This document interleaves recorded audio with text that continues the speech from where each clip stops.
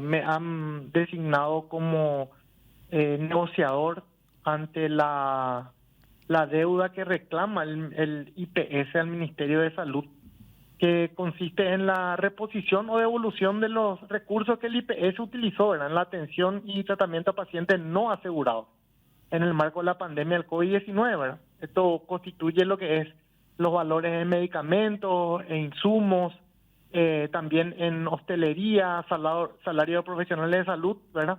Que eso constituye un gasto de 508 mil millones de guaraníes, que aproximadamente son unos 69 a 70 millones de dólares, ¿verdad? Hijo de mal. Podría llegar hasta unos 70 millones de dólares lo que IPS puso de sus fondos para pagar gastos que correspondían que pague el Ministerio de Salud en medio de la pandemia. Así mismo es. Fue una necesidad imperiosa, vos sabés, Mabel, lo que pasamos en pandemia, y el IPS abrió sus puertas a no asegurados. Recuerdo que el INGAVI en ese caso fue también uno de los hospitales que recibía a los pacientes no asegurados, y lo que a mí me corresponde ahora es ir a presentar este informe a la señora ministra de Salud, mostrarle cuáles fueron nuestros gastos, ponerle en conocimiento de todo lo que nosotros utilizamos, y ver la forma de poder resarcir de alguna manera esto que el IPS utilizó como para la atención de estos pacientes, que son recursos genuinos del IPS, ¿verdad? Entonces, nosotros tenemos que cuidar el patrimonio también del IPS y llegar a una negociación y a un acuerdo con salud pública, ¿verdad? Este retorno puede ser de dinero, de servicios, de medicamentos, de insumos, o hasta créditos en dación de pago, ¿verdad? O sea, pueden haber múltiples estrategias para tratar de soslayar esta situación. Recalcando, Mabel, de que nosotros trabajamos con el Ministerio de Salud en una forma simbiótica común. ¿Qué significa eso? A mí me falta algo, yo le pido al Ministerio de Salud, al Ministerio de Salud le falta algo, ellos me piden a mí, y nos retribuimos y nos devolvemos mutuamente eso cuando tenemos. Entonces, es una manera de trabajar que asumimos nosotros, porque es un convenio que tenemos con el Ministerio de Salud. Entonces lo que necesitan es sentarse a hacer un balance del debe y el haber entre ambas entidades, porque me están diciendo de paso que también Salud Pública han atendido a asegurados de IPS en un montón de instituciones públicas. Entonces, aparentemente van a tener que conciliar, ya supe como hablan los bancos, van a tener que conciliar esas cuentas. A ver, Mabel, ahí yo quiero explicarte una situación. Yo también soy de Salud Pública. Nosotros, como Salud Pública y por Constitución Nacional, el Estado paraguayo debe atender a todos los ciudadanos paraguayos. Tengan seguro IPS o tengan seguro de la Costa del Migone, de cualquier lado, yo puedo ir a ser atendido en el INERAN, y eso no va a ser una deuda del IPS. ¿Por qué? Porque por Constitución Nacional todos los ciudadanos deben tener acceso a la salud pública. Entonces, nosotros no podemos hablar de una deuda porque un ciudadano de IPS va a ser atendido en un hospital público. Sí podemos hablar de una deuda cuando un paciente no asegurado de IPS se va a ser atendido a IPS. Ahí sí podemos hablar de eso. Uh-huh.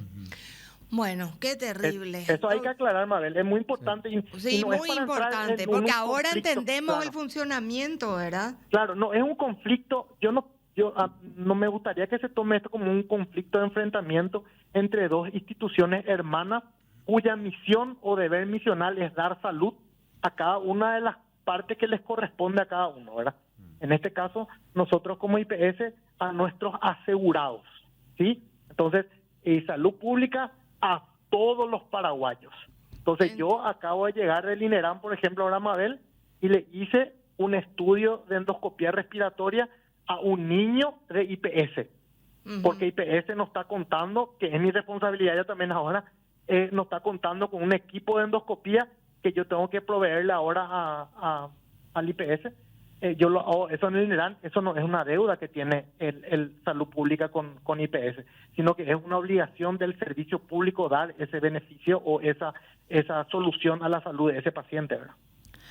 Es un gustazo hablar contigo, doctor Morini. Entonces, oficialmente representante del IPS para gestionar y ver las cifras que hay del lado de IPS y del lado de salud pública, y que con respecto a IPS treparían a unos 70 millones de dólares que ha invertido IPS en personas que no eran aseguradas de la institución, pero que atendieron en medio de la pandemia estábamos en pandemia, ¿verdad? Aquello era un cruzarse de un lugar para otro. Así es. Y me gustaría, Mabel, aclarar también algo muy importante para que vos tengan la información de primera y puedan entender la gente que nos está escuchando. Nosotros este análisis se hizo en base al análisis de todo el sistema de integración hospitalario que nosotros tenemos, un SIH se llama, y lo que podemos certificar sí o sí es el 35% de ese monto que yo te dije que está dentro del sistema informático hospitalario que nosotros le llamamos el SIH, que corresponde a medicamentos e insumos. El resto es un cálculo que se hace de hostelería, el tema de profesionales médicos que atendieron, se hace un cálculo en base a la historia clínica. Si bien decir que el 35% es lo que nosotros tenemos informatizado en el SIH, igual constituye unos 20 millones de dólares que para nosotros es oro QI hoy en IPS, ¿verdad? No sé si tan oro QI que ahí atrás están todos tirados. Seguramente va a abrir tu ventana y ve todas las cosas tiradas ahí, o no estás haciendo oficina ahí, doctor. Y corro de acá para allá, Mabel, yo no me quedo y vos sabés. Sí, yo sé eso. Doctor, antes de irte, pero cortito porque me tengo que ir a la pausa. Tengo un operador que está por jugar tiro al blanco conmigo. Te consulto algo. ¿Ya arrancaron las atenciones, los consultorios nocturnos? 18 de septiembre empezamos la atención en la próxima semana. ¿Ya se está pudiendo pedir turnos en estos momentos? Sí, señora. ¿En el call center se puede pedir turnos para atención nocturna la semana que viene? Sí, señora. ¿De qué hora a qué hora sería el horario nocturno? De 19 a 22 horas. 19 a 22 horas. Sí. Perfectísimo. Y te adelanto algo rápido antes que tu productor te rete.